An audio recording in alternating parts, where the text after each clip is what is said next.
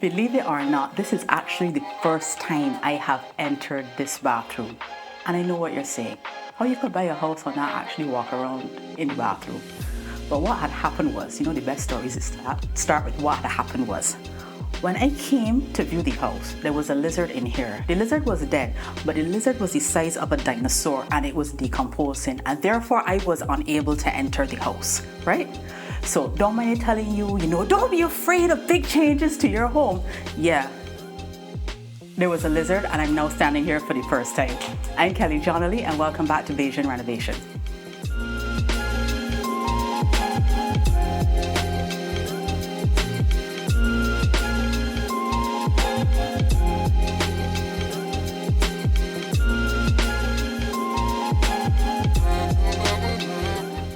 So today I'm going to show you around the apartment. Remember I told you that this property actually came with 2 units. The main house that we've been spending most of our time in, but there's also an apartment. And part of the demolition has been converting some storage units out here into a part of this structure. But before I start telling you everything about this apartment, just come and take a peep. And yes, it's bad. On the scale of 1 to 10, if the house is a 10, this is an 8. Come.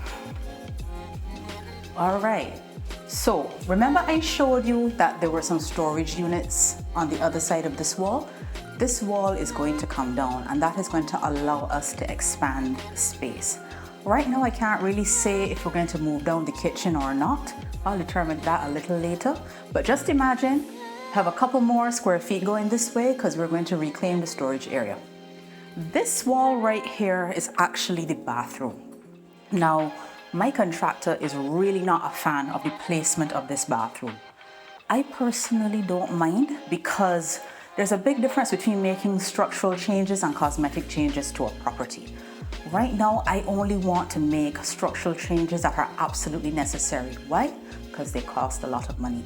And moving a bathroom is one of those things. So let's take a look. So chances are I'll probably win this battle because I'll have to pay for it. But the bathroom will remain here. This area that we are in at the moment is a living area, and over here is a bedroom. So there are 2 things that I just touched on that I wanted to talk to you about today. The difference between structural changes and cosmetic changes. Now, it's important to know the difference because structural changes are what materially will affect the cost of renovating a property. Structural issues refer to problems or defects in the fundamental components of a building, such as its foundation, load-bearing walls, roof structure, and just the overall integrity. These issues can significantly impact the safety, stability, and habitability of the property. So, for the purposes of this renovation, what's a structural issue? A structural issue is the roof. I knew ahead of time that I would have to change the roof. A structural issue, well, it's not my issue, would be something like leaks in the wall. Sometimes cracks in a wall are a structural issue. Every crack is not a major crack. Sometimes you have superficial cracks in a wall, which does not mean you need to replace the wall. But these structural issues that affect the foundation, affect your roof, you need to know about them beforehand. In your evaluation, you will see what the structural issues are. But I would tell anybody, before you purchase a house that has obvious need of repair, get a contractor to come and give you his recommendation. His or her recommendation, pay whatever little fee they're asking for the consultation. The money you will spend for not knowing about a problem that you should know about ahead of time, their fee is well worth it. Get a professional opinion on anything that requires major work before you commit to doing that work. Cosmetic issues are the superficial or aesthetic elements of a house that affect the appearance. Now I'm going to repeat this. A lot of us get caught up with the cosmetic issues of a house. We drive up to the house and the house, you can see a window pane is broken, the house needs painting, or in this particular instance, the yard is really overgrown. Those are cosmetic issues.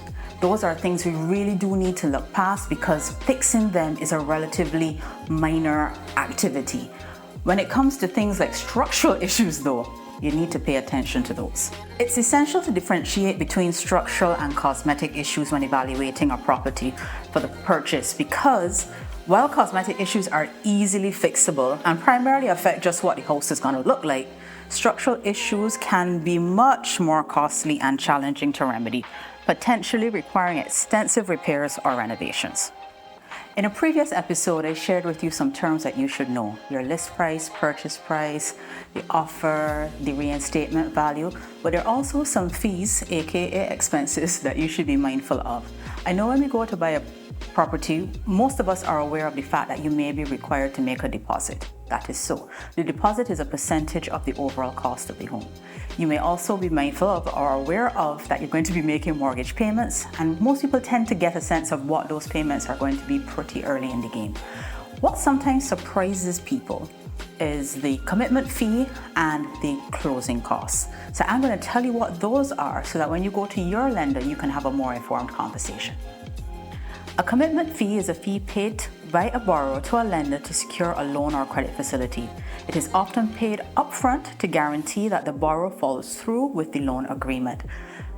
The commitment fee is usually a small percentage of the overall purchase price.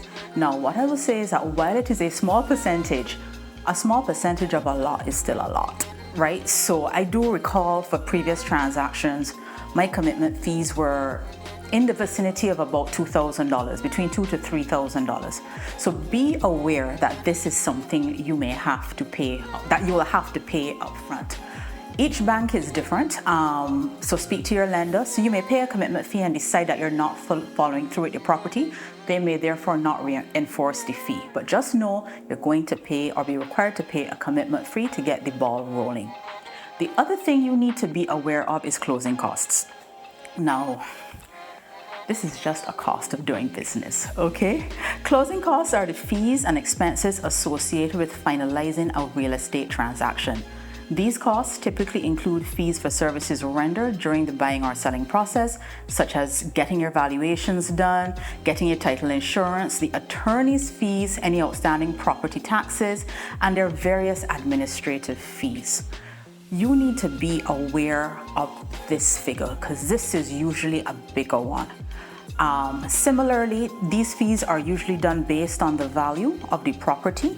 Valuations are usually done based on the square footage, but your lender will be able to give you a rough estimate and a breakdown of what your fees are likely to be.